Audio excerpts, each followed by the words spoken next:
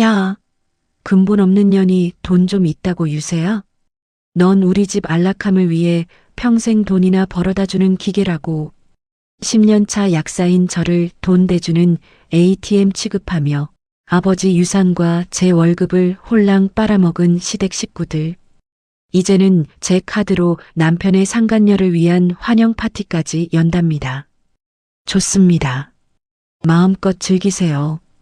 파티가 절정에 달해 5천만 원을 결제해야 하는 바로 그 순간 제 명의 카드를 단번에 정지시켰으니까요. 경쾌한 결제 거절 소리와 함께 무너져 내린 그들의 추악한 인생. 10년의 인내를 끝낸 소름 돋는 시원한 복수극. 지금 시작합니다. 안녕하세요. 저는 서울의 한 대학병원에서 10년째 약사로 근무하고 있는 40살 여성입니다. 약사라고 하면 다들 부러워하죠. 돈 많이 벌겠다. 노후 걱정 없겠다. 같은 소리를 귀에 못이 박히도록 들으며 살아왔습니다. 하지만 제 현실은 화려한 전문직의 껍데기를 쓴 채 시댁이라는 거대한 수렁에 빠져 허우적대는 비참한 돈줄에 불과했습니다. 제 인생이 어디서부터 꼬였는지 생각해보면 그 시작은 10년 전 제가 결혼할 때 친정아버지께서 쥐어주신 2억 원의 유산이었습니다. 평생을 성실하게 사셨던 아버지는 제가 결혼하기 직전 췌장암 판정을 받으시고 세상을 떠나셨습니다. 돌아가시기 전 제 손을 꼭 잡으시며 그러셨죠. 우리 딸 약사 되느라 고생 많았다. 이 돈은 네가 시집가서 남편이나 시댁 눈치 보지 말고 당당하게 내 인생 꿀이라고 주는 아빠의 마지막 선물이다. 그 2억 원은 아버지의 피땀이었고 제 자존심이었습니다. 하지만 그 자존심이 시어머니에게는 아주 맛 좋은 먹잇감이었나 봅니다. 원래는 제 집안 배경이 평범하다며 그토록 결혼을 반대하시던 분이 제가 유산으로 2억 원을 가지고 있다는 사실을 알게 된 그날부터 태도가 180도 바뀌셨거든요. 예, 내가 사람을 잘못 봤다. 가만 보니 네가 우리 집안에 복을 들고 올 상이구나. 결혼하자, 우리 아들이랑. 그 가식적인 웃음에 속지 말았어야 했는데 저는 그게 저를 향한 진심 어린 인정인 줄로만 알았습니다. 그렇게 시작된 결혼 생활 10년은 그야말로 지옥 같은 착취의 연속이었습니다. 병원에서 온종일 써서 수백 명의 약을 조제하고 환자들에게 시달리며 파토가 난 몸을 이끌고 집에 돌아오면 시어머니의 독설이 저를 기다리고 있었습니다. 이제 오니? 약사라는 애가 그렇게 눈치가 없어서야. 오늘 내 친구들 모임이 있었는데 네가 보낸 생활비가 벌써 바닥났더라. 너는 돈 좀 있다고 시어머니를 이렇게 망신 주는 거냐? 어머니, 제가 이번 달 초에 생활비로 300만 원 보내드렸잖아요. 아직 보름도 안 지났는데 그 돈이 다 어디 갔나요? 제 물음에 시어머니는 기다렸다는 듯 삿대질을 하며 소리를 지르셨습니다. 이게 어디서 따박따박 말대답이야. 집안 배경도 없는 년이 돈 몇 푼 있다고 유세 떠는 거냐? 너는 우리 아들 같은 능력남 만나서 이만큼 사는 걸 감사하게 생각해야지. 근본 없는 집안 애들은 이래서 안 된다니까. 그깟 돈 몇백에 시어머니를 가르치려 들어. 근본 없는 년. 시어머니가 지난 10년 동안 저를 부르던 또 다른 이름이었습니다. 제가 번 돈으로 머리부터 발끝까지 명품을 휘감으면서도 정작 제 앞에서는 제 부모님까지 들먹이며 모욕을 줬죠. 그때마다 남편은 제 편을 들어주기는커녕 오히려 저를 다그쳤습니다. 여보, 그냥 어머니 말씀 좀 들어줘. 나 이번에 사업 확장하는 거 알잖아. 이번 달 매출이 좀 안 나와서 그런데 당신 카드 한도 좀 더 늘려주면 안 돼? 나 오늘 거래처 사장님들 모시고 골프장 가기로 했단 말이야. 당신 진짜 너무하다. 지난달에도 당신 사업 자금이라고 내 유산에서 5천만 원이나 가져갔잖아.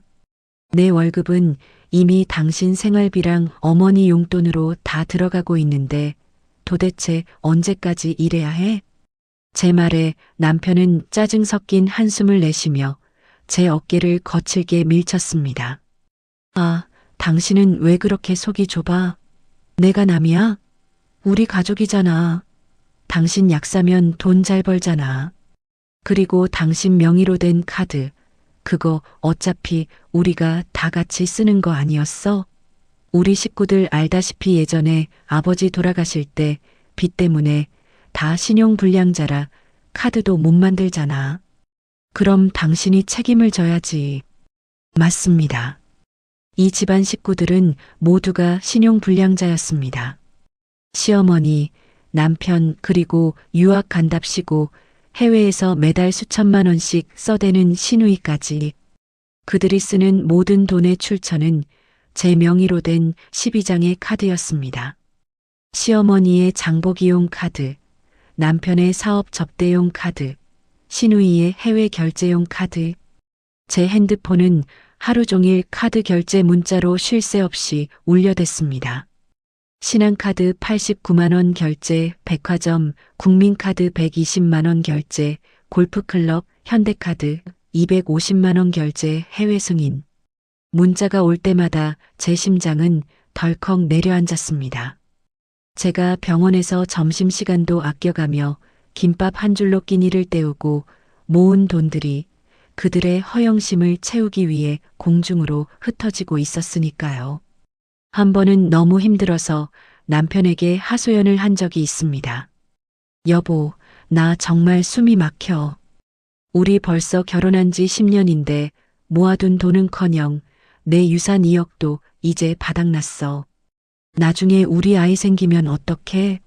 저축이라도 해야 할 거 아냐? 그러자 남편은 비웃듯이 저를 쳐다보며 말하더군요. 아이, 당신 나이가 몇인데 아이 타령이야? 그리고 돈은 또 벌면 되지. 당신 약사 자격증 어디 가는 거 아니잖아. 당신은 그냥 우리 집안의 기둥이라고 생각하고 열심히 일만 해. 어머니도 당신 믿고 사시는데 왜 자꾸 힘 빠지는 소리를 해? 그 순간 깨달았습니다. 이 사람들에게 저는 사랑하는 아내도 며느리도 아니었습니다. 그저 자기들의 안락한 삶을 유지해주는 고성능 ATM일 뿐이었죠. 시어머니는 제가 퇴근하고 돌아오면 제 가방부터 뒤졌습니다. 혹시나 제가 몰래 비상금을 챙기지는 않았는지 확인하기 위해서였죠. 어머, 얘. 이번 달 보너스 나왔다며? 병원 동료한테 들었어. 그런데 왜 나한테 말 안 했니? 너 설마 이시민이 몰래 친정에 빼돌리려는 거 아니지? 사돈댁은 이미 돌아가셔서 줄 사람도 없는데 말이야. 어머니, 저희 아버지 말씀 그렇게 함부로 하지 마세요. 함부로? 내가 틀린 말 했니? 너는 이 집에 들어온 순간부터 내 몸뚱이도 내 돈도 다 이 집 것이야. 어디서 눈을 부라려. 시어머니의 표독스러운 얼굴을 보며 저는 입술을 깨물었습니다. 10년이라는 시간 동안 저는 그들의 그림자에 가려 제 자신을 잃어버리고 있었습니다. 제가 참으면 평화가 올 줄 알았고 제가 더 많이 벌어다 주면 그들이 저를 진정한 식구로 대우해 줄 줄 알았습니다. 하지만 착각이었습니다. 그들은 제 고열을 빨아먹으며 뒤에서는 저를 비웃고 있었습니다. 제 이름으로 된 카드 12개가 그들의 탐욕을 채워주는 동안 저는 낡은 구두 한 켤레 마음 편히 사지 못하는 신세가 되어 있었죠. 그렇게 10년째 되던 해겨울, 제 인내심의 한계가 바닥을 드러내고 있었습니다. 몸은 망가질 대로 망가졌고 마음은 이미 제가 되어 사라진 지 오래였습니다.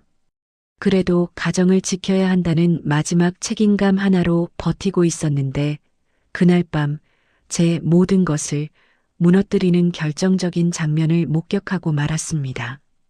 남편이 샤워하러 들어간 사이 식탁 위에 놓인 그의 핸드폰에 문자 메시지가 하나 도착했습니다. 평소라면 보지 않았겠지만 그날따라 왠지 모를 불안감이 엄습했죠. 조심스럽게 확인한 메시지 창에는 제가 평생 잊지 못할 충격적인 내용이 적혀 있었습니다. 그날 밤 남편의 핸드폰 액정에 뜬 그 짧은 문장 하나가 제 심장을 난도질했습니다. 자기, 오늘 호텔 예약했어? 저번에 갔던 거기 조식 맛있던데 기대할게. 발신인은 김이사.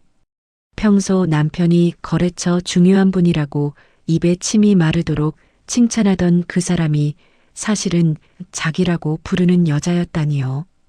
손이 떨려 핸드폰을 떨어뜨릴 뻔했습니다. 샤워기 물소리가 멈추고 남편이 휘파람을 불며 욕실에서 나왔습니다. 아무것도 모른다는 듯 뻔뻔하게 웃으며 제게 말을 걸더군요. 여보, 아직 안 자고 뭐해? 당신 얼굴이 왜 그렇게 하얘? 어디 아파?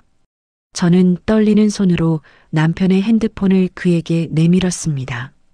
이게 뭐야? 김이사? 호텔? 조식? 당신 지금 나 몰래 뭐하고 다니는 거야? 남편의 눈동자가 잠시 흔들리는가 싶더니 이내 표정을 싹 바꾸고는 오히려 제게 소리를 지르더군요. 아, 당신 정말 왜 이래? 남의 핸드폰은 왜 함부로 봐? 이거 그냥 거래처랑 농담한 거야. 요즘 비즈니스가 얼마나 힘든데 이런 농담도 못해? 농담? 호텔 조식이 기대된다는 게 농담이라고? 당신 지금 누구랑 바람 피우는 거잖아. 내 카드로 그 여자랑 호텔 다니고 선물 사준 거지. 제 추궁에 남편은 아예 배를 내밀고 적반하장으로 나왔습니다. 그래, 봤으면 됐잖아. 어차피 알게 된 거 숨기지도 않을게. 나 그 여자 만난 지 1년 넘었어. 25살이고 당신처럼 매일 약 냄새 풀풀 풍기면서 돈 계산만 하는 재미없는 여자랑은 차원이 다르다고. 뭐, 1년? 당신 사람이 어떻게 그래? 내가 10년 동안 당신 사업 뒷바라지하고 당신 집안 빚 다 갚아줬는데 어떻게 나한테 이럴 수가 있어? 저는 가슴을 쥐어짜며 울부짖었습니다. 하지만 남편의 입에서 나온 말은 제 영혼을 갈기갈기 찢어놓았습니다. 여보, 당신 솔직히 거울 좀 봐. 늙고 지친 당신 얼굴 보면 나도 숨이 막혀. 당신이 해준 게 뭐 있다고 그래? 돈? 그거 약사니까 당연히 벌어오는 거 아니야? 당신은 그냥 돈 버는 기계로 살 때가 제일 어울려. 사랑은 진짜 예쁜 여자랑 하는 거지. 남편은 그 길로 옷을 챙겨 입고 집을 나갔습니다. 현관문이 닫히는 소리가 마치 제 인생이 무너지는 소리처럼 들렸습니다. 밤새 거실 바닥에 주저앉아 울었습니다. 아버지가 남겨주신 소중한 돈, 내 청춘, 내 진심, 모든 것이 쓰레기통에 처박힌 기분이었습니다. 다음 날부터 저는 정신을 차리고 제 명의로 된 카드 사용 내역을 낱낱이 파헤치기 시작했습니다. 12장의 카드 내역서를 모두 뽑아보니 제가 모르는 지출이 산더미처럼 쌓여 있더군요. 55백화점 샤넬 매장 580만원 결제, 55호텔 스위트룸 120만원 결제, 프랑스 요리 전문점 85만원 결제. 제가 조제실에서 점심도 거르며 환자들에게 시달릴 때 남편은 제 카드로 그 여자에게 명품 가방을 사주고 호텔에서 스테이크를 썰고 있었던 겁니다. 심지어 제가 갚아주고 있던 시누이의 유학비 중 일부도 그 여자의 오피스텔 월세로 흘러들어간 정황이 포착되었습니다. 가슴이 부르르 떨리고 구역질이 났습니다. 하지만 더 이상 울지 않기로 했습니다. 울기에는 제가 당한 세월이 너무나 억울했으니까요. 저는 병원 점심시간마다 변호사를 찾아다녔고 심부름 센터를 고용해 남편과 그 여자의 뒤를 캤습니다. 약사님, 여기 사진 보십시오. 아주 가관도 아닙니다. 심부름 센터 직원이 내민 사진 속에서 남편은 제가 사준 차를 타고 제 카드로 산 옷을 입고 그 여자의 허리를 감싸 안은 채 활짝 웃고 있었습니다. 그 여자는 겨우 25살, 남편보다 15살이나 어린 여자였습니다. 사진 속 그 여자가 들고 있는 가방, 목에 걸린 목걸이, 전부 제 피 같은 돈으로 결제된 것들이었죠. 며칠 뒤 퇴근하고 돌아온 저를 시어머니가 거실로 불렀습니다. 거실 탁자 위에는 제가 남편의 외도를 추궁하느라 거실에 놔두었던 카드 내역서들이 흩어져 있었습니다. 시어머니는 미안해하기는커녕 도끼 서린 눈으로 저를 쏘아보셨습니다. 너 이게 다 뭐냐? 감히 내 아들 뒤를 캐고 다녀. 남자가 사회생활 하다 보면 젊은 애 좀 만날 수도 있는 거지. 그걸 가지고 유난을 떨어. 어머니, 지금 제 카드로 바람 피우는 걸 옹호하시는 거예요? 이 돈 다 제가 번 돈이에요. 내 돈? 네가 우리 집 며느리로 들어온 이상 내 돈이 다 우리 집 돈이지. 어디서 내 돈을 가려. 그리고 내 아들이 오죽 답답했으면 밖으로 돌았겠니? 너처럼 고리타분하고 찔러도 피 한 방울 안 나올 것 같은 여자랑 사느라 우리 아들이 고생이 많았다. 저 애는 집안도 좋고 건물도 몇 채 있는 집 귀한 딸이라더라. 너랑은 급이 달라. 시어머니의 말에 저는 실소가 터져 나왔습니다. 건물이요? 그 여자가 건물이 있으면 왜 제 남편한테 샤넬 가방을 사달라고 하겠어요? 어머니, 제발 정신 좀 차리세요. 인연이 어디서 시어머니한테 정신 차리라 말아야. 너는 이제 우리 집안에 필요 없다. 우리 아들 앞길 막지 말고 조용히 물러나. 그게 마지막 돌이다. 시어머니는 오히려 저를 집에서 쫓아낼 궁리만 하고 계셨습니다. 10년 동안 자신들의 수발을 들고 빚을 갚아준 며느리를 더 큰 돈줄이 나타났다고 생각하자마자 헌신짝처럼 버리려는 그들의 추악한 본성이 적나라하게 드러나는 순간이었습니다. 저는 그날 밤 집을 나와 호텔방을 잡았습니다. 그리고 12장의 카드를 하나하나 테이블 위에 올려놓았습니다. 이 플라스틱 조각들이 저들에게는 생명줄이었고 저에게는 족쇄였습니다. 당신들이 나를 ATM으로만 생각했다면 그 기계가 고장났을 때 어떤 일이 벌어지는지 똑똑히 보여줄게. 저는 핸드폰을 열어 변호사에게 문자를 보냈습니다. 변호사님, 수집한 증거들 정리 끝났습니다. 소송 진행해 주세요. 그리고 제가 할 수 있는 가장 잔인한 복수도 같이 준비하려고 합니다. 남편은 제가 집을 나간 줄도 모르고 그 여자와 희희낙낙하며 문자를 주고받고 있겠지요.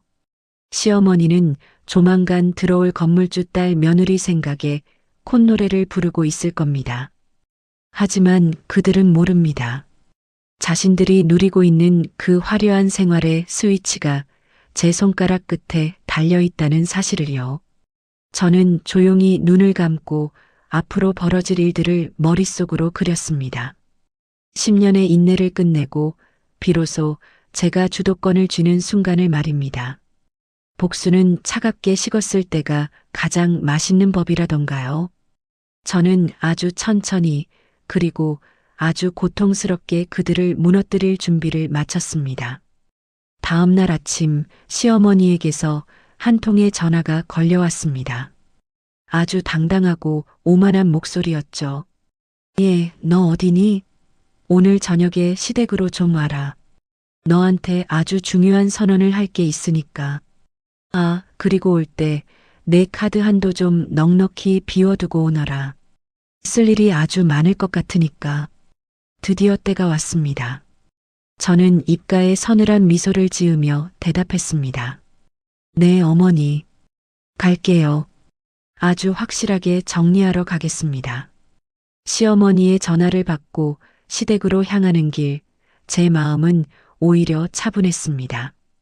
폭풍 전야의 고요함이 이런 걸까요?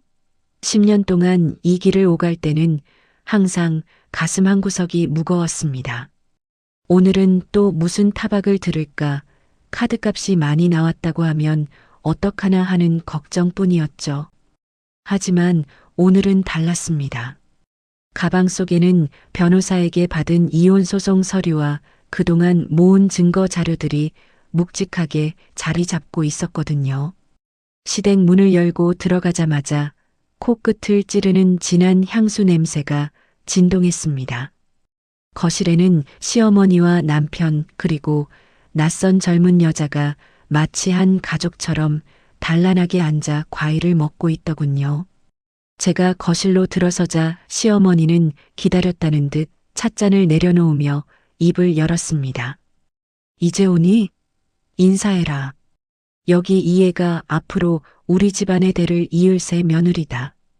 시어머니의 목소리에는 자부심이 가득했습니다.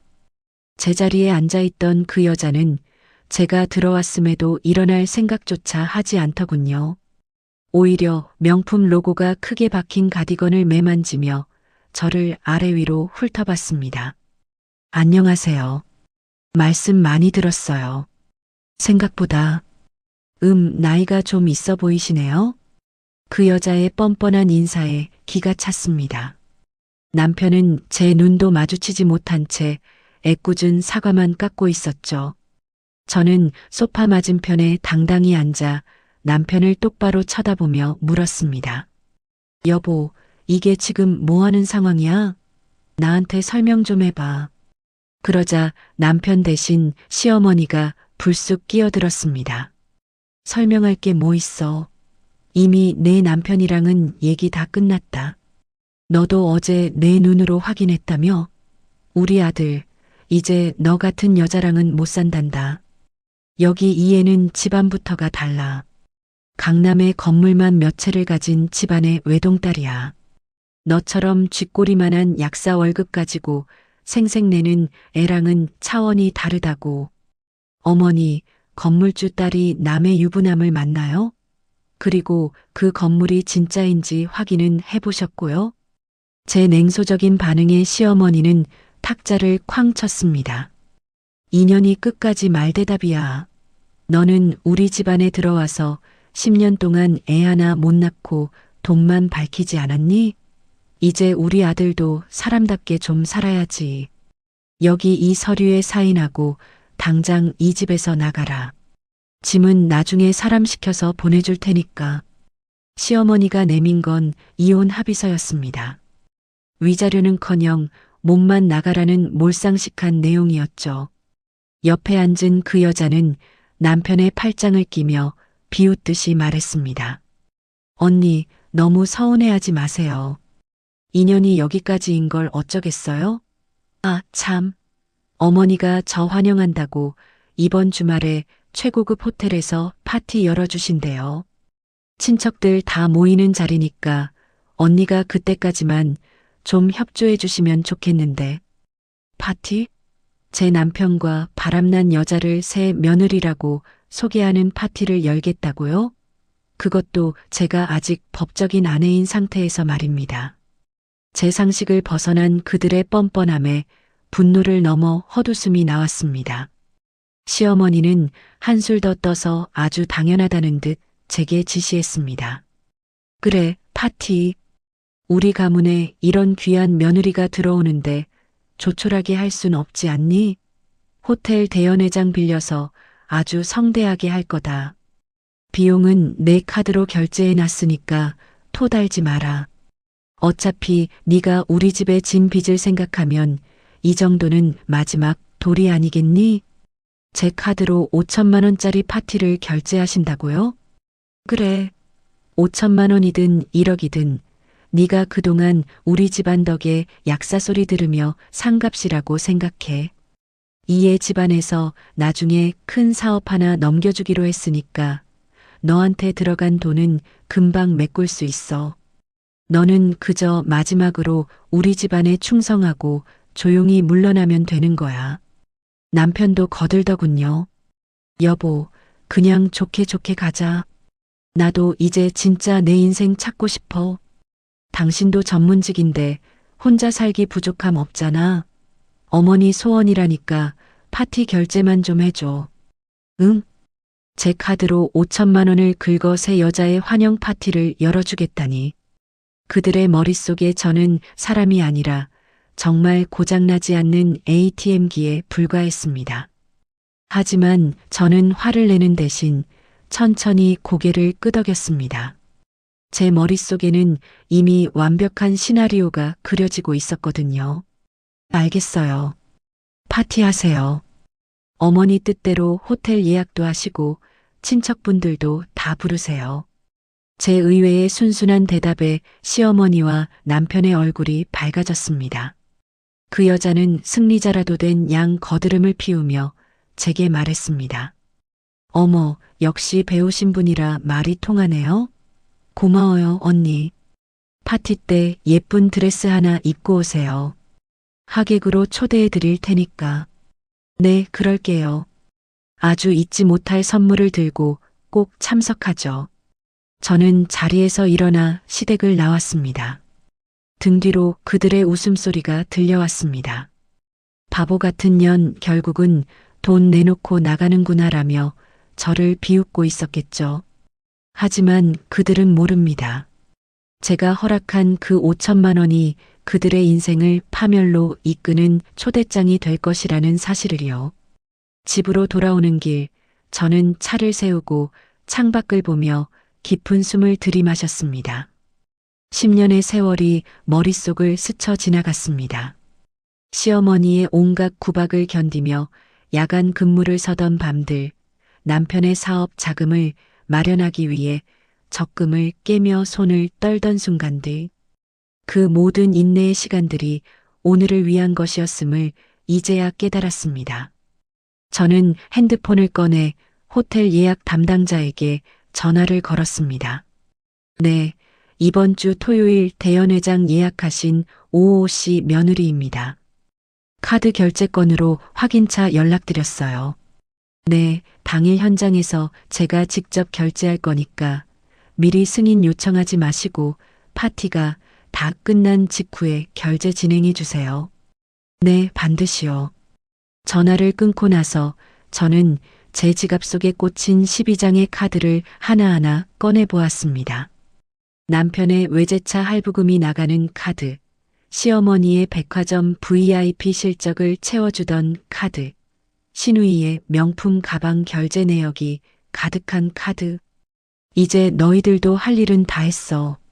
저는 차갑게 미소 지었습니다. 시어머니는 지금쯤 친척들에게 전화를 돌리며 건물주 딸 며느리를 얻었다고 자랑질을 하고 있겠지요. 남편은 새 여자와 파티 때 입을 턱시도를 고르고 있을 테고요. 그래요, 마음껏 즐기세요. 그 파티장이 당신들의 화려한 무덤이 될 테니까. 10년 동안 제가 참아온 눈물과 땀의 대가가 얼마나 무거운지 전 국민이 보는 앞에서 똑똑히 보여주겠습니다. 저는 다시 운전대를 잡았습니다.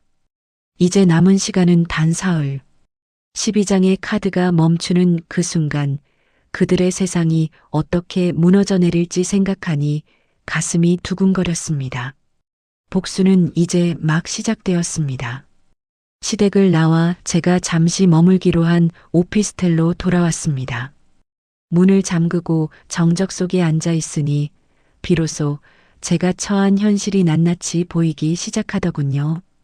저는 가방 안쪽 주머니에서 낡은 가죽 지갑을 꺼냈습니다. 그 안에는 제 이름 이서윤 석자가 선명하게 박힌 카드 12장이 가지런히 꽂혀 있었습니다. 남편과 시어머니는 이 플라스틱 조각들을 자신들의 장기나 다름없는 것으로 여겼겠지만 이제 이것들은 그들을 파멸로 몰아넣을 가장 날카로운 칼날이 될 것입니다. 책상 위에 노트북을 펴고 공인인증서를 로그인했습니다. 지난 10년 동안의 카드 이용 내역서와 은행 통장 거래 기록을 전부 내려받기 시작했습니다. 화면 가득 쏟아지는 숫자들을 보니 숨이 턱 막혀왔습니다. 이게 다 내가 감당했던 무게였구나. 하나하나 엑셀 파일에 정리하며 분류를 시작했습니다. 1번 카드부터 3번 카드까지는 남편의 사업 자금이라는 명목으로 쓰인 것들이었습니다. 하지만 상세 내역을 보니 가관이더군요. 5호 룸살롱, XX 안마시술소, 골프클럽. 사업은 핑계였고 제 피 같은 돈은 남편의 유흥비로 탕진되고 있었습니다. 4번에서 6번 카드는 시어머니의 전용이었습니다. 매달 백화점 VIP 라운지에서 커피를 마시고 수입 의류 매장에서 수백만 원짜리 코트를 결제한 기록들이 끝도 없이 이어졌습니다. 7번 카드는 해외에 있는 시누이의 생활비였죠. 매달 수천 불씩 결제되는 해외 승인 문자. 그 돈이면 제가 조제실에서 10,000장이 넘는 약봉지를 만들어야 하는 금액이었습니다. 그리고 가장 최근의 내역들. 8번부터 12번 카드에는 남편이 그 젊은 여자와 함께 보낸 추악한 시간들이 고스란히 박혀 있었습니다. 그 여자의 오피스텔 근처 편의점, 그녀가 좋아하는 디저트 카페, 그리고 그녀의 몸을 치장해 주었을 명품 매장들. 밤을 꼬박 새워 계산기를 두드렸습니다. 제가 10년 동안 시댁의 빚을 갚고 생활비를 대고 그들의 사치를 뒷바라지하며 쏟아부은 돈은 친정아버지의 유산 2억 원을 포함해 무려 7억 원이 넘었습니다. 이자까지 합치니 그 숫자는 더욱 잔인하게 불어났습니다. 7억. 7억이라니. 내가 이 돈을 벌기 위해 보낸 청춘이 고작 그 인간들의 놀이객감이었단 말인가. 허탈한 웃음이 나왔습니다. 하지만 절망만 하고 있을 시간은 없었습니다. 저는 미리 준비해둔 녹음 파일들을 하나씩 확인했습니다. 시어머니가 저를 근본 없는 년이라 모욕하던 순간 남편이 당신은 돈 버는 기계라며 비웃던 목소리, 그리고 어제 시댁에서 새 며느리를 운운하며 저를 쫓아내려던 그 뻔뻔한 선언까지. 그때 제 핸드폰이 진동했습니다. 남편이었습니다. 여보, 왜 집으로 안 들어와? 호텔이라며? 어디 호텔인지 말해줘야 내가 짐이라도 좀 가져다 주지. 말은 다정하게 들렸지만 사실은 제 카드 한도를 확인하려는 속셈이라는 걸 잘 압니다. 저는 차갑게 가라앉은 목소리로 전화를 받았습니다. 아직 안 자. 호텔에서 좀 쉬고 있어. 10년 동안 한 번도 못 쉰 거 이번 기회에 좀 쉬려고. 그래. 당신 그동안 고생 많았지. 아, 근데 여보. 어머니가 파티 장소 호텔 대연회장으로 확정하셨대. 계약금 걸어야 한다는데 당신 카드 한도 좀 체크해 봤어? 5천만 원 정도 한꺼번에 긁어야 할 텐데. 역시나 본론은 돈이었습니다. 저는 입가에 서늘한 미소를 머금었습니다. 걱정 마. 파티 당일에 내가 직접 가서 결제할 테니까. 호텔 측에도 다 말해뒀어. 그날 가장 화려하게 하고 가야 하니까 당신도 준비 잘해. 오, 진짜? 역시 우리 와이프 통이 크다니까. 고마워, 여보. 내가 나중에 다 갚을게. 알지? 사랑한다. 사랑한다는 그 가증스러운 말에 구역질이 올라왔지만 꾹 참았습니다. 전화를 끊자마자 변호사님께 문자를 보냈습니다. 변호사님, 12장 카드 사용 내역과 7억 원에 대한 채권 산정 자료 정리 끝났습니다. 이혼 소장과 함께 재산 분할 신청서, 그리고 가압류 신청까지 준비해 주세요. 파티가 열리는 토요일 저녁 그 현장에서 서류 전달할 계획입니다. 잠시 후 답장이 왔습니다. 알겠습니다. 완벽하게 준비되었습니다. 이제 작전대로 진행하시죠. 이제 모든 준비는 끝났습니다. 저는 제 이름으로 된 모든 것들을 하나씩 되찾아올 것입니다. 제 명의의 카드, 제 명의의 통장, 그리고 무엇보다 소중한 제 명의의 인생을요.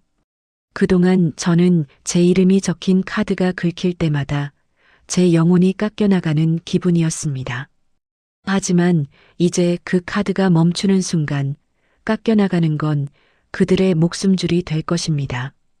시어머니는 그 5천만 원짜리 파티가 자신들을 빚더미로 밀어넣는 낭떠러지라는 것을 꿈에도 모르겠죠. 저는 책상 위에 놓인 이혼 소장 첫 장을 넘겼습니다. 원고 이서윤, 피고 김진우. 제 이름 옆에 당당히 적힌 원고라는 글자가 그렇게 반가울 수 없었습니다. 창밖으로 동이 터오기 시작했습니다. 어둠이 물러가고 빛이 들어오는 모습이 마치 제 앞으로의 삶처럼 느껴졌습니다. 10년의 노예 생활을 끝내는 종소리가 멀리서 들려오는 것 같았습니다. 아버지, 저 이제 당당해질게요. 아버지가 주신 돈, 그리고 제가 흘린 땀방울 하나도 남김없이 다 찾아올게요. 저는 거울 앞에 섰습니다. 며칠 사이 헬쑥해졌지만 눈빛만큼은 그 어느 때보다 날카롭게 빛나고 있었습니다. 이제 이 12장의 카드가 마지막으로 빛을 발할 무대는 정해졌습니다. 화려한 샹들리에 아래 가장 높은 곳에서 그들을 추락시킬 준비가 끝났습니다. 토요일 저녁, 그들의 비명이 가득할 그 파티장이 벌써 기다려집니다. 저는 조용히 눈을 감고 마지막으로 깊은 잠을 청했습니다. 전쟁을 앞둔 전사처럼 아주 평온하고 차분하게 말이죠. 호텔 연회장의 차가운 대리석 바닥 위로 그들의 오만함이 산산조각 날 시간이 다가오고 있었습니다. 여러분, 사람이 어디까지 뻔뻔해질 수 있다고 생각하시나요? 저는 이번 일을 겪으며 인간의 탈을 쓴 괴물들이 실존한다는 걸 뼈저리게 느꼈습니다. 파티를 사흘 앞둔 날이었어요. 평소에는 제 안부 전화 한 통도 귀찮아하던 시누이 민지에게서 연락이 왔습니다. 민지는 제가 지난 5년 동안 유학비며 생활비며 매달 수백만 원씩 제 카드로 뒷바라지해 준 시댁의 또 다른 기생충이었죠. 언니 소식 들었어? 엄마가 이번에 진짜 크게 한판 벌이시려나 봐. S호텔 대연회장 빌린 거 알아?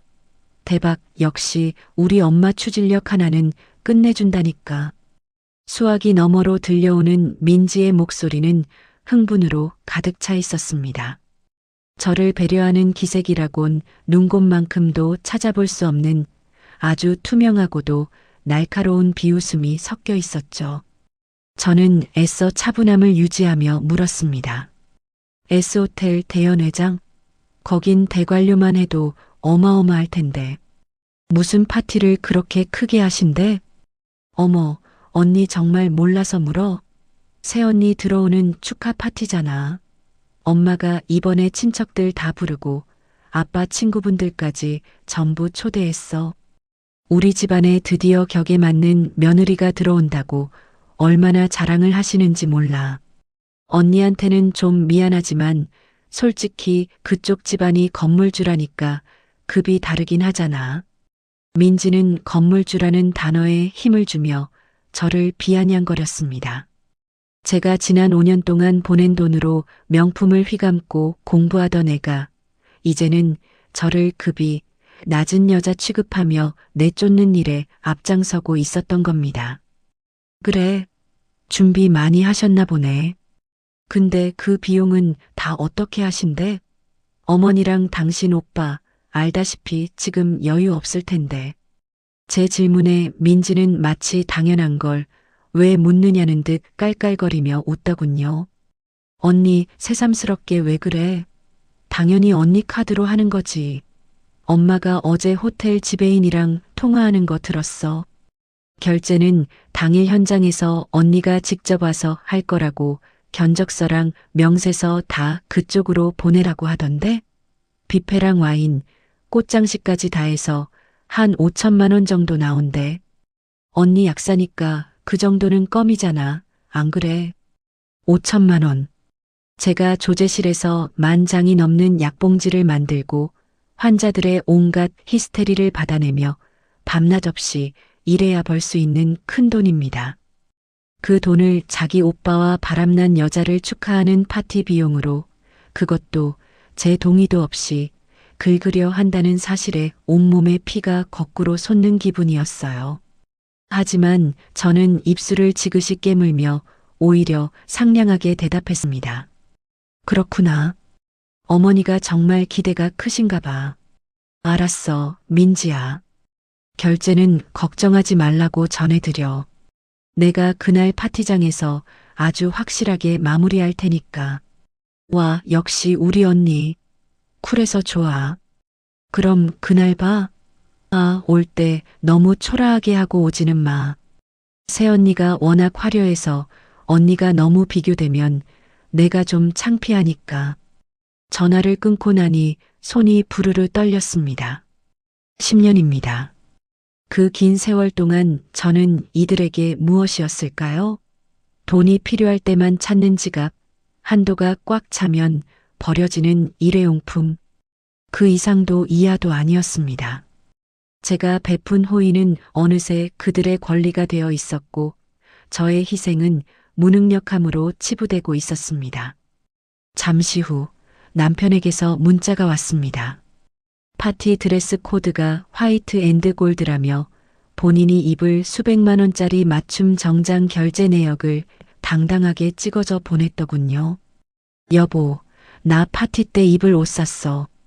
당신 카드로 긁었으니까 확인해봐. 이번 파티가 내 사업에도 아주 중요한 자리거든. 그쪽 집안 어른들도 오시니까 내가 좀 번듯해야 하잖아. 이해하지? 사랑해. 사랑해. 그 역겨운 세 글자가 화면 위를 기어다니는 것 같았습니다. 저는 답장을 보내지 않은 채 호텔에서 보내온 견적서를 꼼꼼히 살폈습니다. 최고급 빈티지 와인 50병, 특급 호텔 출신 셰프의 스페셜 뷔페, 수천 송이의 생화 장식. 이 모든 사치스러운 목록들이 제 이름으로 예약되어 있었습니다. 시어머니는 아마 친척들 앞에서 어깨를 으쓱하며 우리 아들이 능력이 좋아서 이런 파티도 열어준다라고 거짓말을 늘어놓을 준비를 하고 있겠지요. 저는 조용히 자리에서 일어나 제가 가진 12장의 카드 고객센터에 하나씩 전화를 걸기 시작했습니다. 안녕하세요, 상담원님. 제 명의로 된 카드 12장을 모두 일시 정지시키고 싶습니다. 아니요, 재발급은 필요 없습니다. 분실 신고가 아니라 제가 직접 사용을 중단하려는 겁니다. 네, 당장 이번 주 토요일 저녁 7시부터 모든 결제가 거절되도록 설정해 주세요. 전화를 끊고 나니 비로소 가슴속을 짓누르던 체증이 내려가는 기분이었습니다. 시어머니가 꿈꾸는 그 화려한 파티의 절정에서 모든 불이 꺼지고 계산서가 들이밀어지는 그 순간 5천만 원이라는 숫자가 그들의 숨통을 조여올 그 찰나를 상상했습니다. 어머니, 그리고 여보.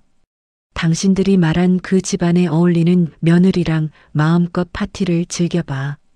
그 파티의 주인공이 누가 될지는 끝까지 가봐야 아는 거니까. 저는 거울 속에 비친 제 모습을 보며 차갑게 미소 지었습니다. 10년 동안 시댁 식구들의 발치에서 굽신거리던 나약한 여자는 이제 없었습니다. 파티 당일 저는 그들이 원하는 대로 아주 화려하고 우아하게 차려입고 나타날 것입니다.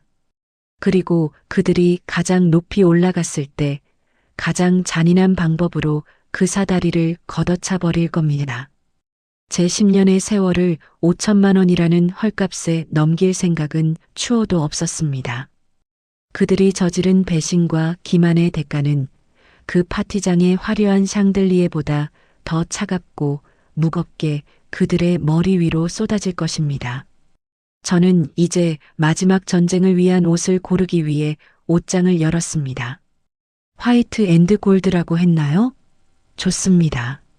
그 순결하고 고귀한 색깔들이 어떻게 피눈물로 얼룩지는지 똑똑히 보여주죠. 파티 당일의 태양은 이제 곧 떠오를 준비를 하고 있었습니다. 저에게는 인생의 시작을 알리는 여명이자 그들에게는 영원한 몰락을 알리는 조종이 될 그날이 말입니다. 드디어 결전의 날이 밝았습니다. 창밖으로 비치는 아침 햇살이 유난히 시리게 느껴지는 날이었죠. 저는 침대에 걸터 앉아 탁자 위에 늘어놓은 12장의 카드를 하나하나 손으로 쓸어보았습니다. 지난 10년 제 청춘을 갉아먹으며 시댁 식구들의 배를 불려주었던 이 얇은 플라스틱 조각들과 작별할 시간입니다. 저는 가장 먼저 고객센터에 전화를 걸었습니다. 네, 상담원님. 제 명의로 된 카드 12장 전부 분실 신고 부탁드립니다. 아니요, 재발급은 절대 하지 않을 겁니다. 네, 지금 이 순간부터 단 1원도 결제되지 않게 즉시 정지해 주세요. 해외 승인요? 당연히 막아야죠. 아예 제 명의의 신용거래를 전부 차단해 주세요. 상담원의 차분한 목소리를 들으며 하나씩 정지 처리가 완료될 때마다 제 가슴속 깊은 곳에서 묵직한 돌덩이가 하나씩 빠져나가는 기분이었습니다. 마지막 카드의 정지가 확인된 순간 저는 핸드폰을 내려놓고 거울 앞에 섰습니다. 시어머니가 정해주신 드레스 코드는 화이트 앤 골드였죠. 하지만 저는 보란 듯이 칠흑처럼 어두운 블랙 실크 드레스를 꺼내 입었습니다. 그들의 화려한 파티가 곧 초상집으로 변할 것을 예고하는 저만의 장례식 복장이었습니다. 최고의 메이크업 샵에 들러 평소의 수수한 약사 이미지는 온데간데 없이 아주 차갑고 범접할 수 없는 분위기로 저를 꾸몄습니다. 파티 시작 30분 전 저는 호텔 대연회장 입구에 도착했습니다. 입구에는 김진우 앤드 최유라 약혼 및 새 가족 환영 연회라는 화려한 입간판이 서 있더군요. 제 남편의 이름 옆에 낯선 여자의 이름이 다정하게 적혀 있는 것을 보니 헛웃음이 나왔습니다. 안으로 들어서자 화려한 샹들리에 아래 이미 수많은 친척과 지인들이 모여 있었습니다. 시어머니는 반짝이는 황금색 한복을 차려입고 입이 귀에 걸린 채 손님들을 맞이하고 있었죠. 어머, 오셨어요? 우리 진우가 이번에 정말 대단한 인연을 만났지 뭐예요. 집안이 강남의 건물이 몇 채라는데 역시 우리 집안 수준에 딱 맞는 며느리예요. 시어머니의 목소리가 연회장에 쨍쨍하게 울려 퍼졌습니다. 그러다 구석에 서 있는 저를 발견하고는 눈썹을 치켜세우며 다가오더군요. 야, 너 옷이 그게 뭐냐? 내가 화이트 앤 골드로 맞추라고 했지. 남의 경사스러운 파티에 웬 상복을 입고 와? 어머니, 이게 제 마음이에요. 오늘 이 자리가 저한테는 아주 특별한 끝을 기념하는 자리거든요. 제 말의 속뜻을 알 리 없는 시어머니는 혀를 쯧쯧하며 제 팔을 낚아챘습니다. 됐고, 너 카드 한도 확인 다 했지? 오늘 호텔 지배인이 나한테 몇 번이나 물어보더라. 이따가 계산서 나오면 군말 말고 가서 긁어. 알았어? 걱정 마세요. 제가 오늘 결제 하나만큼은 확실하게 마무리할게요. 그때 남편이 새 며느리라는 여자와 함께 하객들의 박수를 받으며 입장했습니다. 남편은 제 카드로 긁은 500만 원짜리 맞춤 정장을 입고 세상에서 가장 행복한 남자처럼 웃고 있었고 그 옆에 여자는 수천만 원을 호가하는 명품 드레스와 보석으로 치장한 채 우쭐해하고 있었습니다. 남편이 저와 눈이 마주치자 잠시 당황하는 듯 했지만 이내 뻔뻔하게 다가와 귓속말을 하더군요. 여보, 오늘 당신 좀 무섭다? 그래도 오늘만 잘 넘기자. 나중에 내가 당신한테 충분히 보상해 줄 테니까 일단 저 사람들 앞에서는 웃어. 응? 보상? 그래, 당신이 나한테 줄 보상이 뭔지 아주 기대되네. 저는 남편의 손을 차갑게 뿌리치고 연회장 뒤편 구석진 자리로 가서 앉았습니다. 파티가 시작되자 시어머니는 무대 위로 올라가 마이크를 잡았습니다. 여러분, 바쁘신 와중에 우리 집안의 경사를 축하하러 와주셔서 감사합니다. 그동안 우리 진우가 마음고생이 심했는데 이제야 제대로 된 짝을 만났습니다. 이 귀한 며느리가 우리 집안에 복덩이를 들고 왔어요. 하객들의 박수 소리가 터져 나오고 시누이 민지는 옆에서 언니, 아니 유라 언니, 너무 예뻐요 하며 호들갑을 떨었습니다. 친척들은 저를 힐끗거리며 수군거렸죠. 저기 구석에 앉은 게 전처인가 봐? 약사라고 유세 떨더니 결국 건물주 딸한테 밀렸네 같은 말들이 제 귀에 생생하게 꽂혔습니다. 하지만 저는 화가 나지 않았습니다. 오히려 그들이 크게 웃고 떠들수록 제 가슴속에 차가운 흥분은 더해갔습니다. 무대 위에서 샴페인 잔을 높이 들고 건배를 제의하는 시어머니, 그 옆에서 마치 세상을 다 가진 양 거드름을 피우는 남편과 내연녀. 그래, 마음껏 즐겨요. 지금 마시는 그 샴페인 한 잔, 당신들이 먹는 그 스테이크 한 조각이 나중에 어떤 대가로 돌아올지 상상도 못하겠지. 연회장 안은 최고급 빈티지 와인 냄새와 화려한 생화 향기로 가득 찼습니다. 주방에서는 셰프들이 분주하게 움직이며 다음 요리를 준비하고 있었고 지배인은 흐뭇한 표정으로 연회장을 살피고 있었습니다. 시어머니는 테이블마다 돌아다니며 자랑질을 멈추지 않았습니다.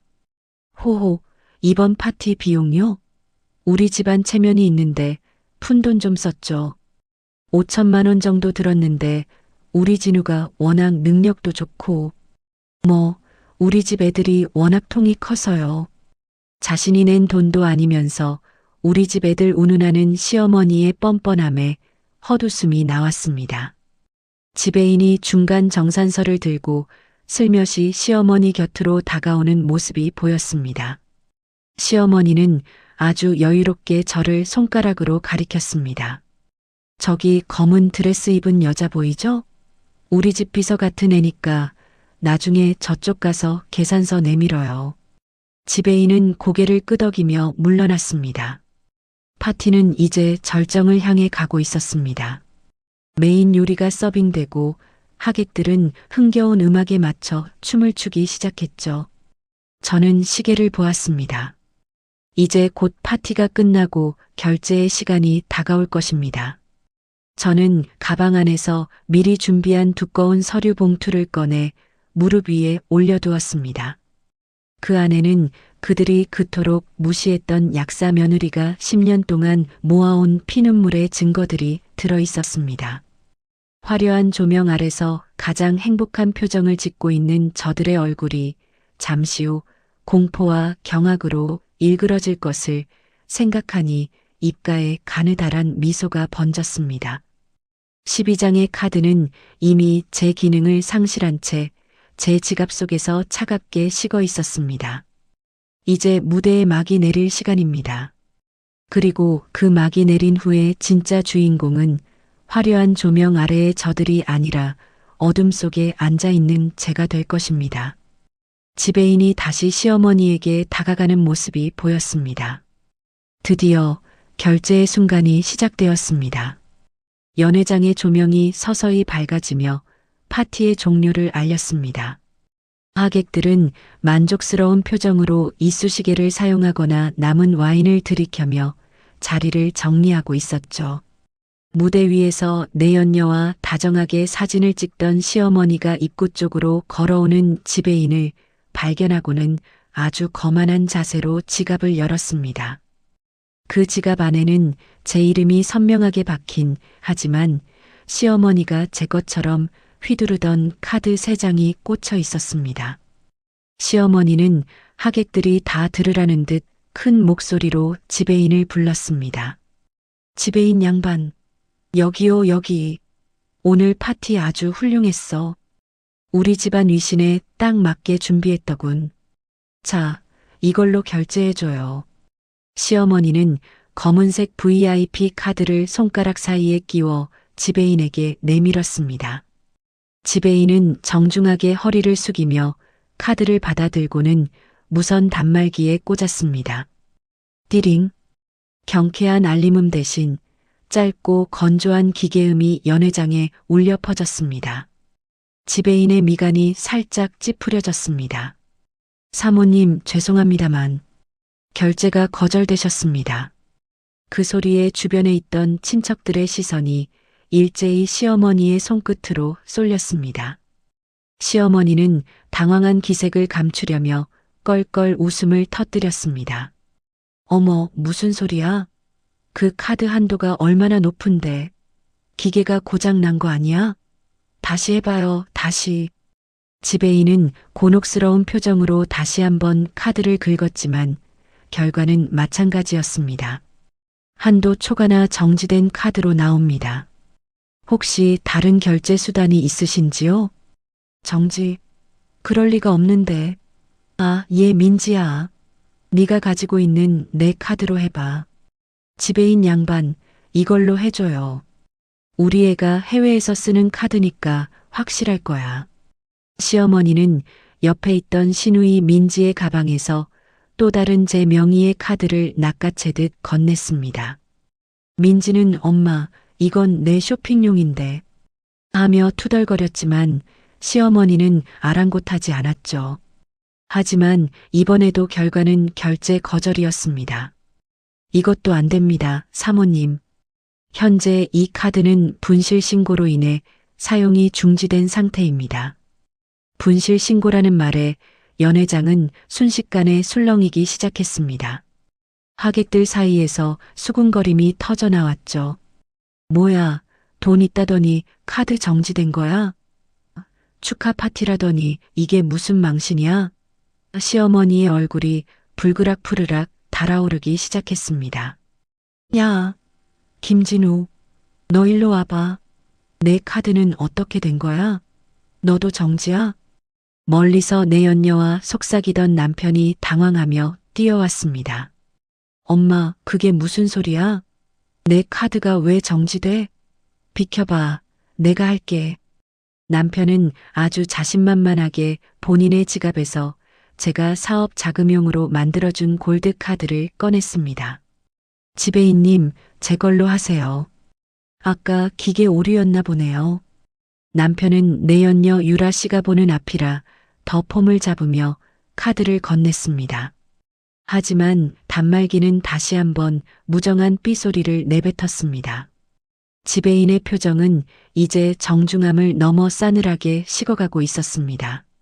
선생님, 카드 역시 분실 신고로 결제 거절되셨습니다. 5,230만 원이라는 큰 금액인데 계속 결제가 안 되시면 저희도 곤란합니다. 혹시 현금이나 다른 유효한 카드가 없으신가요? 아니, 이게 대체 어떻게 된 일이야? 여보, 이서윤, 너 어디 있어? 당장 일로 안 와. 남편이 연 회장이 떠나가라 제 이름을 불렀습니다. 구석에 앉아있던 저는 천천히 자리에서 일어났습니다. 칠흑 같은 블랙 드레스를 입은 제 모습에 사람들의 시선이 꽂혔습니다. 저는 우아하게 걸어가 그들 앞에 섰습니다. 왜 불러? 나 여기 있는데. 너 이게 어떻게 된 거야? 왜 카드가 다 정지된 거야? 너 지금 사람들 다 보는 앞에서 우리 집안 망신 주려고 작정했어? 당장 카드 풀어. 지배인 기다리잖아. 남편은 제 어깨를 거칠게 잡으며 소리를 질렀습니다. 시어머니도 도끼 어린 눈으로 저를 쏘아보며 거들었죠. 이 고약한 년, 네가 감히 이런 날에 장난질을 쳐? 어서 결제 안 하고 뭐해? 네가 이 집에 들어와서 10년 동안 먹고 자고 한 값이 얼만데 파티 하나에 벌벌 떨어. 저는 남편의 손을 차갑게 뿌리쳤습니다. 그리고 지배인을 향해 고개를 살짝 숙이며 말했습니다. 지배인님, 고생 많으십니다. 그런데 죄송하지만 이분들이 내미신 카드는 전부 제 명의입니다.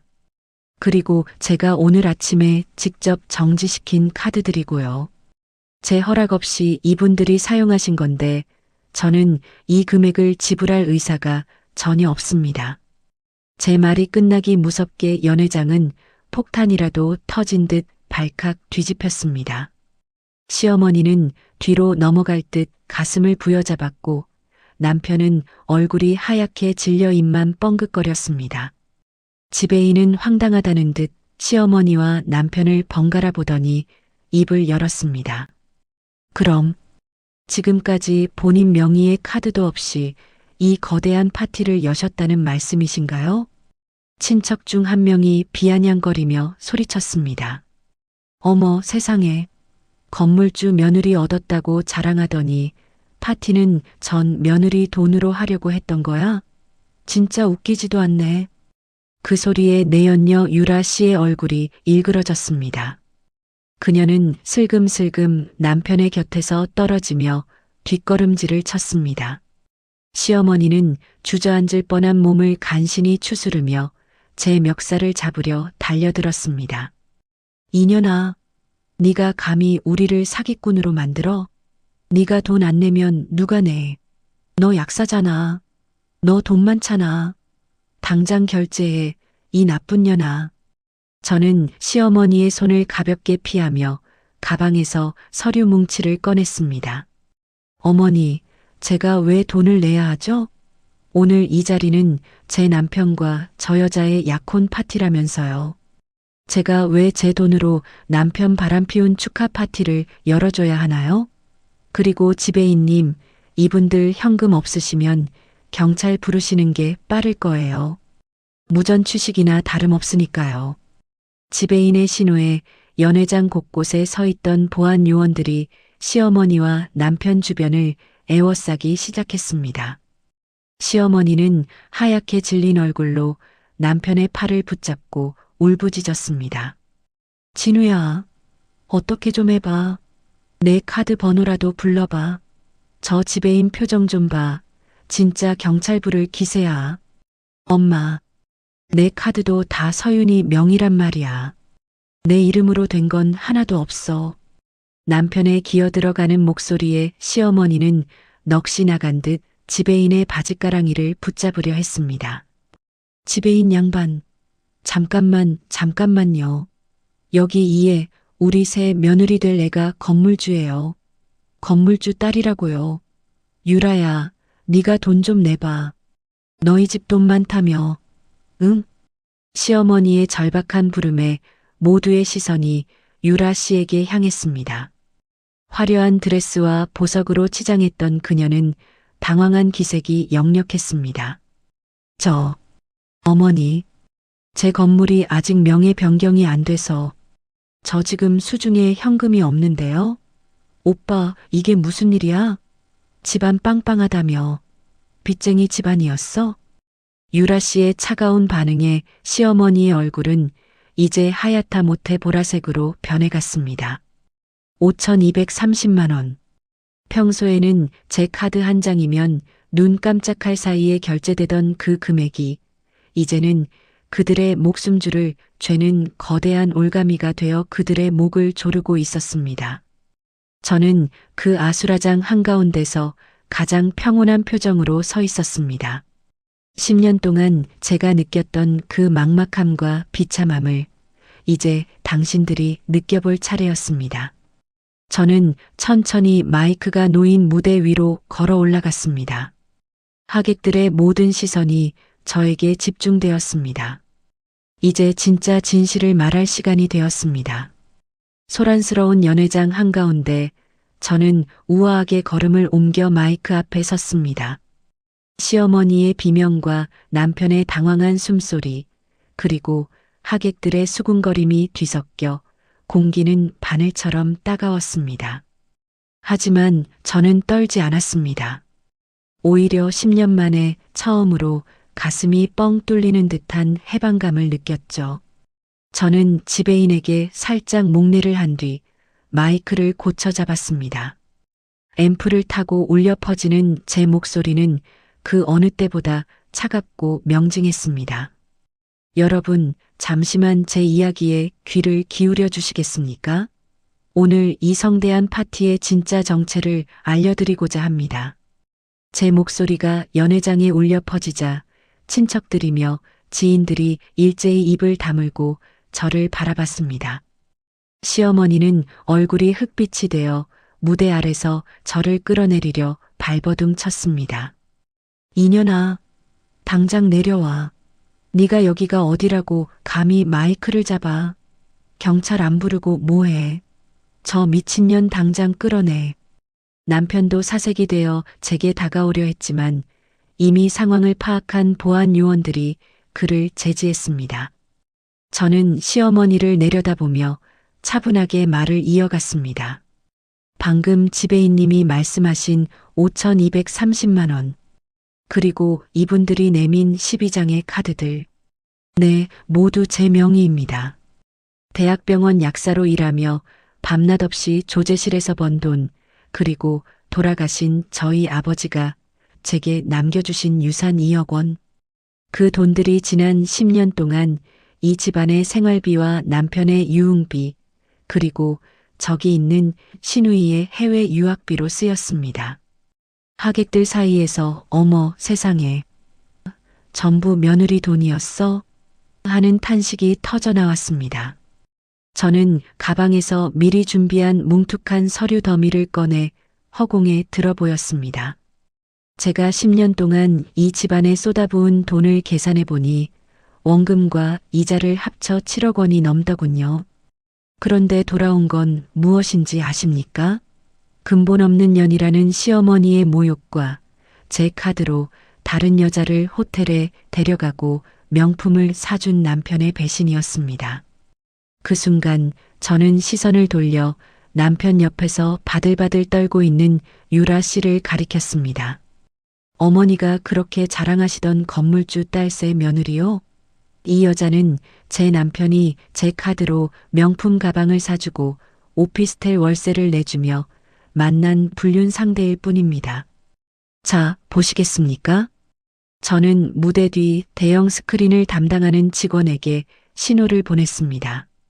미리 손을 써둔 대로 화면에는 남편과 유라 씨가 제 카드로 산 외제차 안에서 다정하게 입을 맞추는 사진, 호텔 로비에서 팔짱을 끼고 걷는 모습, 그리고 결정적으로 제가 결제한 명품관 영수증들이 줄지어 나타났습니다. 이게 바로 당신들이 말한 품격 있는 집안의 실체입니다. 제 피 같은 돈으로 불륜 파티를 열고 이제는 저를 헌신짝처럼 버리려던 당신들의 계획. 안타깝지만 여기서 끝내야겠네요. 연회장은 이제 아수라장이 되었습니다. 친척 중 한 분이 참다 못해 시어머니에게 소리를 질렀습니다. 형님, 이게 대체 어떻게 된 일이야? 며느리 돈으로 우리한테 거드름 피운 거였어? 세상에 무서워서 살겠나? 며느리가 벌어다 준 돈으로 아들이 바람을 피우는데 그걸 감싸줘? 시어머니는 이제 이성을 잃은 듯 무대 위로 신발을 벗어 던지며 소리를 질러댔습니다. 인연이 미쳤어. 감히 시어머니를 전 국민 앞에서 망신을 줘? 네가 약사면 다야?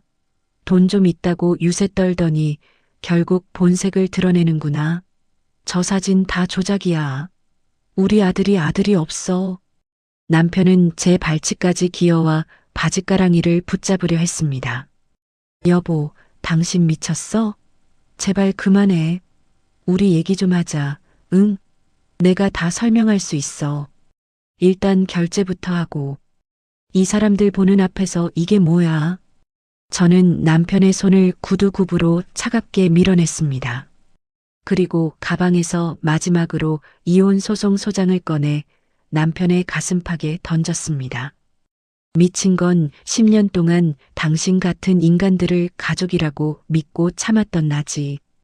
이제 그 미친 짓 여기서 끝내려고. 당신들이 그토록 원하던 새 출발 내가 시켜줄게.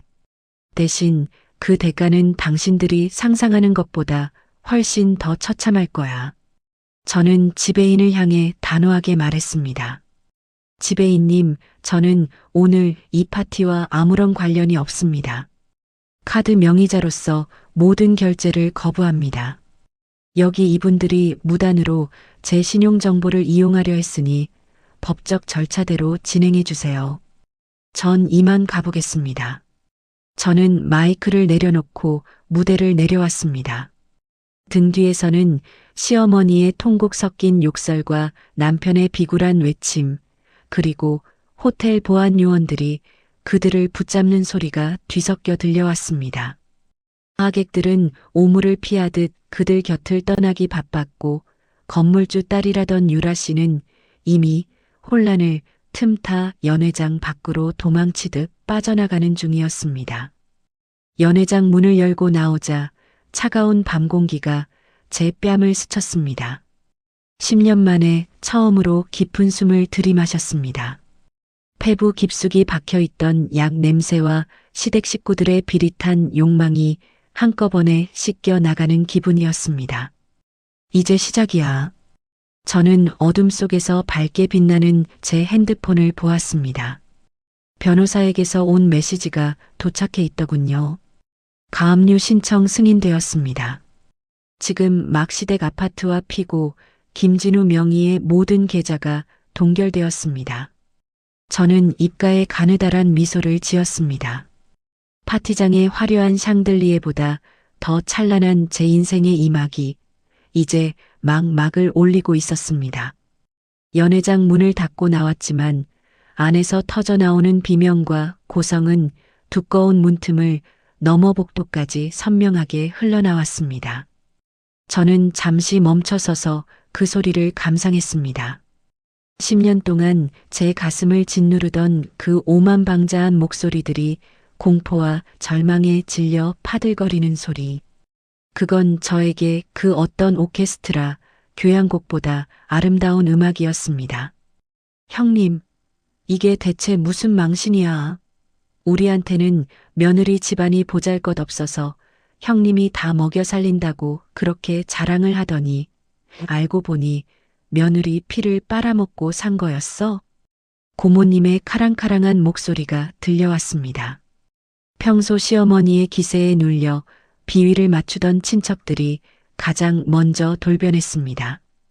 시어머니가 그토록 중요하게 생각하던 집안 체면이 친척들의 비아냥거림 속에 갈갈이 찢기고 있었습니다. 어머, 그러게 말이야. 세상에 무서워서 살겠어? 약사 며느리가 벌어준 돈으로 아들놈 바람 피우는 파티를 열어줘? 형님, 사람이 그러면 못 써. 천벌받아. 아니, 그보다 이 밥값은 어떡할 거야? 우리 다 공짜인 줄 알고 비싼 와인까지 마셨는데 이거 우리가 내야 아냐? 야 하는 거 아냐? 팔자야. 이 사기꾼 집안에 속아서 여기까지 왔네. 친척들은 이제 축하객이 아니라 빚쟁이라도 된 양시어머니를 몰아세웠습니다. 시어머니는 그 아수라장 한가운데서 주저앉아 울부짖고 있었습니다. 아니야. 그럴 리가 없어. 우리 진우가 건물주 딸을 만났다니까. 유라야, 너 어디 가니? 이 돈 좀 어떻게 해봐. 응? 시어머니의 절박한 외침에 파티의 주인공이었던 최유라 씨가 가방을 챙겨들며 차갑게 쏘아붙였습니다. 어머니, 적당히 좀 하세요. 건물주 딸? 제가 언제 제 입으로 건물주라고 했어요? 오빠가 우리 집안 사업 도와주겠다고 본인 집안이 이 근처에 빌딩 하나는 가지고 있다고 큰 소리쳐서 만난 건데. 뭐야, 알고 보니 빚더미에 올라앉은 거짓대였어? 아, 진짜 재수 없어. 사기당한 건 나라고요. 유라 씨는 남편의 뺨을 세차게 내리치고는 뒤도 돌아보지 않고 연회장을 빠져나갔습니다. 남편은 뺨을 감싸 쥔 채 멍하니 그녀의 뒷모습을 바라보다가 이내 정신을 차린 듯 제가 있는 문 쪽으로 달려왔습니다. 문이 열리고 남편과 눈이 마주쳤습니다. 그의 얼굴은 눈물과 콧물로 범벅이 되어 비참하기 짝이 없었습니다. 여보, 서윤아, 제발 가지 마. 내가 잘못했어. 내가 잠시 미쳤었나 봐. 그 여자 그냥 엔조이였어. 진짜야. 나한테는 당신밖에 없는 거 알잖아. 남편은 제 무릎을 붙잡고 바닥을 기었습니다. 그 화려했던 500만 원짜리 맞춤 정장이 바닥의 먼지에 더러워지는 것을 보며 저는 차갑게 내려다보았습니다. 여보, 아니 김진우 씨. 당신이 방금 엔조이라고 버린 그 여자한테 내 카드로 샤넬 가방 사준 게 엊그제야. 그리고 내 유산 2억, 당신 사업 자금으로 다 날렸지? 당신 입으로 그랬잖아. 나는 돈 버는 기계로 살 때가 제일 어울린다고. 이제 그 기계 전원 꺼졌어. 수리 불능이니까 포기해. 서윤아, 그래도 이건 아니지. 호텔 지배인이 경찰 부른대. 나 무전 취식으로 잡혀가면 당신 남편 명예는 어떡하고. 일단 결제만 좀 해줘. 응? 내일 당장 내가 일 구해서 갚을게. 남편 명예? 내 카드로 바람 피우는 파티 연시점에서 당신 명예는 이미 하수구에 처박혔어. 그리고 갚는다고? 당신이 10년 동안 나한테 가져간 돈이 7억이야. 최저임금 받고 평생 벌어도 못 갚을 돈인데 무슨 수로 갚겠다는 거야? 그때 시어머니가 달려와 제 드레스 자락을 붙잡았습니다. 조금 전까지만 해도 제 멱살을 잡으려던 기세는 어디 가고 이제는 눈물 콧물 쏟으며 애걸복걸하고 있었습니다. 며느리야, 내가 잘못했다. 내가 입이 10개라도 할 말이 없어.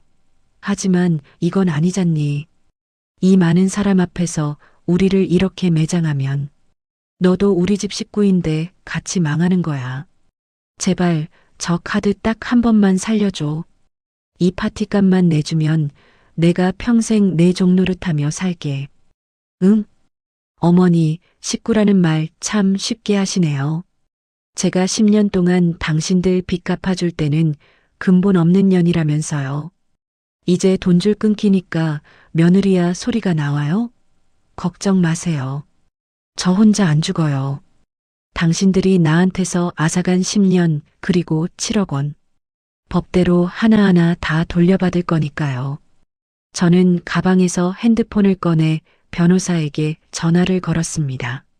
스피커폰 너머로 변호사의 목소리가 복도에 울려 퍼졌습니다. 이서윤 약사님, 지금 막 법원에서 연락 왔습니다. 남편분 명의의 사업장 집기들과 시댁 아파트에 대한 유채동산 압류 딱지 내일 아침 일찍 붙으러 간답니다.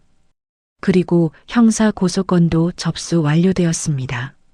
사문서 위조 및 횡령 혐의로 곧 소환 조사받게 될 겁니다. 그 소리를 듣는 순간 시어머니는 비명을 지르며 바닥에 주저앉았습니다. 남편은 넋이 나간 듯 초점 없는 눈으로 허공을 응시했죠. 압류? 아니, 우리 집이 어떤 집인데 압류를 해. 진우야, 저 변호사 좀 말려봐. 서윤아, 너 진짜 독하다. 어떻게 10년을 같이 산 가족한테 이럴 수가 있어. 독한 건 당신들이지. 사람의 선의를 이용해 고열을 빨아먹고도 고마운 줄 모르는 당신들. 이제 그 대가를 치를 시간이야. 지배인님. 저는 옆에서 상황을 지켜보던 지배인을 불렀습니다. 이분들 지금 당장 지불 능력이 전혀 없습니다. 아마 이 파티 비용 5천만 원도 시댁 아파트 처분해도 남는 게 없을 거예요. 지금 바로 경찰에 신고하시는 게 호텔 측 손실을 줄이는 길일 겁니다. 지배인은 고개를 끄덕이며 보안 요원들에게 눈짓했습니다. 알겠습니다. 선생님, 사모님, 저희도 어쩔 수 없군요. 경찰서에서 얘기하시죠. 보안 요원들이 남편과 시어머니의 팔을 붙잡았습니다. 시어머니는 이거나 내가 누군 줄 알고 우리 며느리가 약사야 라며 끝까지 정신 못 차리고 소리를 질러댔고 남편은 질질 끌려가며 제 이름을 애타게 불렀습니다. 저는 그 비참한 광경을 뒤로하고 연회장을 걸어 나왔습니다. 로비를 지나 호텔 정문으로 향하는 길, 대리석 바닥에 부딪히는 제 구두 소리가 경쾌하게 울렸습니다. 주차장에 세워둔 제 차에 올라타 시동을 걸었습니다. 백미러로 보이는 화려한 호텔 건물이 조금씩 멀어지더군요. 10년 전 이 차를 처음 샀을 때 남편은 자기 명의로 안 해줬다며 한 달 내내 제게 화를 냈었죠. 이제는 이 차도 제 이름으로 된 이 모든 공간도 온전히 저만의 것이 되었습니다. 핸들을 잡은 손이 가볍게 떨렸습니다. 슬퍼서가 아니라 드디어 끝났다는 안도감 때문이었습니다. 7억이라는 돈, 10년이라는 시간. 물론 아깝습니다. 하지만 그 돈으로 저는 인간의 탈을 쓴 악마들을 제 인생에서 완벽하게 도려내는 수술을 마친 셈입니다. 시댁 식구들이 경찰차 뒷좌석에 실려가는 모습을 상상하며 저는 차창을 내렸습니다. 차가운 밤바람이 얼굴을 스치는데 그게 그렇게 달콤할 수가 없었습니다. 10년 동안 제 목을 죄던 보이지 않는 쇠사슬이 풀려나가는 느낌. 아버지, 저 잘했죠? 이제 아버지가 주신 제 이름 석자, 부끄럽지 않게 지키며 살게요. 저는 엑셀을 밟았습니다. 뒤에서 들려오는 사이렌 소리가 점점 희미해졌습니다. 무너지는 시댁의 잔해 위로 제 인생의 새로운 아침이 밝아오고 있었습니다. 이제 그들에게 남은 것은 빚더미와 법정 싸움뿐이겠지만 저에게 남은 것은 오직 자유와 희망뿐이었습니다. 어둠을 가르며 달리는 차 안에서 저는 처음으로 소리내어 크게 웃었습니다. 10년의 체증이 씻겨 내려가는 아주 시원하고도 통쾌한 웃음이었습니다. 폭풍 같은 시간이 지나갔습니다. 호텔 연회장에서 그들을 뒤로하고 나온 지 벌써 1년이라는 시간이 흘렀네요. 법원 복도를 걸어 나오며 마지막 이혼 판결문을 손에 쥐던 날 저는 그 자리에 가만히 서서 하늘을 올려다보았습니다. 10년 동안 한 번도 제대로 보지 못했던 서울의 하늘이 그렇게 파랗고 높다는 걸 마흔이 되어서야 처음 알았습니다. 이혼 소송은 제 압승이었습니다. 제가 지난 10년 동안 치밀하게 모아온 카드 사용 내역서, 남편의 외도 증거 사진, 그리고 시어머니가 저를 ATM 취급하며 내뱉었던 모욕적인 녹음 파일들이 결정적인 역할을 했죠. 판사님조차 시댁 식구들의 행태에 혀를 내두르셨습니다. 피고 김진우는 원고에게 위자료 2억 원을 지급하고 혼인 기간 중 원고가 부담한 피고 가족의 부채와 생활비 중 7억 원의 일부를 채권으로 인정한다. 판결문이 낭독되는 순간 법정은 울음바다가 되었습니다. 물론 제 눈물이 아니라 시어머니와 남편의 절망 섞인 울음이었죠. 남편은 법정 문을 나서는 제 팔을 붙잡고 마지막까지 비굴하게 매달렸습니다. 여보, 당신 진짜 너무하다. 우리가 10년을 같이 살았는데 어떻게 나를 이렇게 길바닥으로 내몰 수가 있어? 나 지금 사업도 망하고 유라한테도 버림받았어. 나 진짜 죽으라는 거야? 저는 그의 손을 차갑게 뿌리치며 대답했습니다. 김진우 씨, 당신이 죽든 살든 이제 나랑은 상관없는 일이야. 그리고 길바닥으로 내몬 건 내가 아니라 당신이야. 내 카드로 다른 여자랑 호텔 다닐 때 그 끝이 어떨지 한 번이라도 생각해봤어? 그래도 당신 약사잖아. 돈 잘 벌잖아. 나 한 번만 살려주면 안 돼? 내가 평생 당신 발 닦기라도 하면서 살게. 여보, 당신은 끝까지 정신을 못 차리는구나. 내가 돈이 많으니까 당신 죄를 덮어줘야 해? 아니, 이제 내 돈은 오로지 나를 위해서만 쓰일 거야. 당신 같은 인간들 고열 채워주는 데 쓰이는 게 아니라 옆에서 지켜보던 시어머니도 실성한 사람처럼 제게 소리를 질러댔습니다. 이 독한 년, 네가 우리 집안을 풍비박산 냈어. 내 아들 인생 망쳐놓고 네가 잘 살 것 같아? 하늘이 무섭지도 않느냐?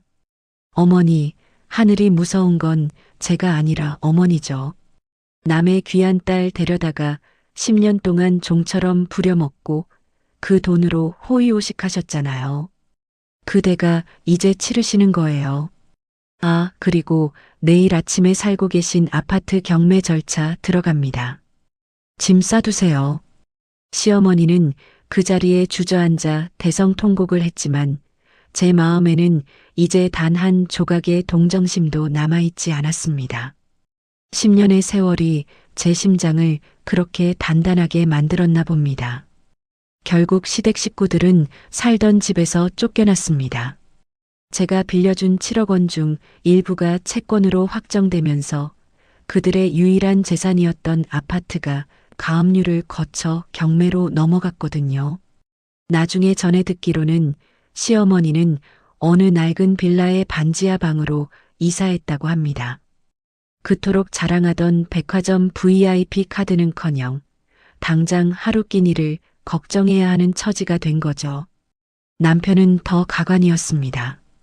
건물주 딸이라던 그 여자는 알고 보니 남편 같은 유부남들만 골라 등쳐먹는 꽃뱀이었고 남편이 제 카드로 사준 명품들을 다 챙겨서 다른 남자에게로 떠났다고 하더군요. 남편은 사업도 완전히 망하고 신용불량자가 되어 지금은 어느 고시원을 전전하며 일용직을 전전하고 있다는 소식을 들었습니다. 가끔 제게 술에 취해 전화가 오지만 저는 번호를 바꾼 지 오래입니다. 저는 대학병원 약사직을 내려놓았습니다. 10년 동안 지독한 약 냄새와 환자들의 비명 속에서 버텼던 건 오로지 시댁의 빚을 갚아야 한다는 책임감 때문이었으니까요. 이제 그 족쇄를 풀고 저는 제가 정말 하고 싶었던 일을 시작했습니다. 조용한 동네 모퉁이에 작은 북카페를 열었습니다. 약봉지 대신 따뜻한 커피 잔을 만지고 환자들의 짜증 섞인 목소리 대신 잔잔한 음악과 책장 넘어가는 소리를 들으며 하루를 보냅니다. 아침마다 카페 문을 열 때 느껴지는 그 신선한 공기가 얼마나 소중한지 모릅니다. 오늘도 햇살이 잘 드는 창가 자리에 앉아 직접 내린 커피를 마시고 있었습니다. 그때 단골 손님 한 분이 제게 다가와 웃으며 말을 걸더군요. 사장님, 오늘따라 얼굴이 정말 좋아 보이세요. 무슨 좋은 일이라도 있으세요? 저는 창밖의 푸른 가로수를 바라보며 미소 지었습니다. 네, 그냥 오늘 날씨가 너무 좋아서요. 그리고 이제야 제 진짜 인생이 시작된 것 같아서 참 행복하네요. 손님은 제 대답에 고개를 끄덕이며 사장님은 항상 행복해 보이셔서 저까지 기분이 좋아져요라고 말해 주었습니다. 행복하다는 말. 10년 동안 제 입 밖으로 한 번도 내뱉어 보지 못했던 그 말이 이제는 제 일상의 가장 흔한 단어가 되었습니다. 저녁이 되어 카페 조명을 하나둘 끄고 퇴근 준비를 합니다. 예전 같았으면 오늘은 또 카드값이 얼마나 나왔을까, 시어머니가 또 무슨 타박을 할까 걱정하며 무거운 발걸음을 옮겼겠지만 이제 저는 제가 가고 싶은 곳으로 제가 먹고 싶은 것을 먹으러 갑니다.